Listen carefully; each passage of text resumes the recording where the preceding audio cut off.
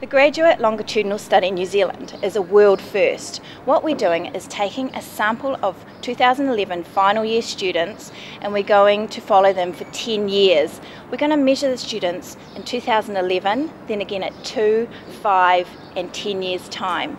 And the aim of the study is to find out the value of a New Zealand tertiary education on people's lives.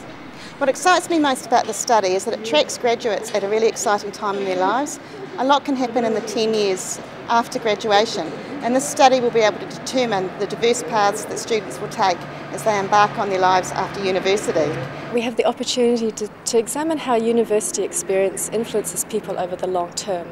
Now, this is longitudinal research, and New Zealand really punches above its weight when it comes to doing longitudinal research. And in fact, it's sometimes been described as long distance running. And while I'm not a long distance runner, what this kind of research requires is a lot of patience and commitment. And that's what really excites me, is that we have the opportunity to see how our university experiences affect us in the long run. If you're approached to take part in this study, we really hope you'll say yes. It's a world first study and it's happening right here in New Zealand. It will be somewhat different to other research that you've taken part in during your university studies. What's different about this study is that we're tracing a huge cohort of students, about 10,000 to start with, and we're going to track them for the next 10 years. So we'll know what they're doing now, just when they graduate, and what they'll be doing in 10 years' time.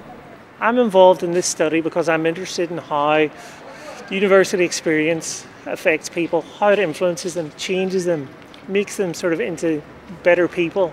People who not only gain financially from the university experience but also give back something to society. What excites me about the study is how many end users we're going to have for the results. People such as students, parents and government. We can potentially change government policy by the results of the Graduate Longitudinal Study in New Zealand.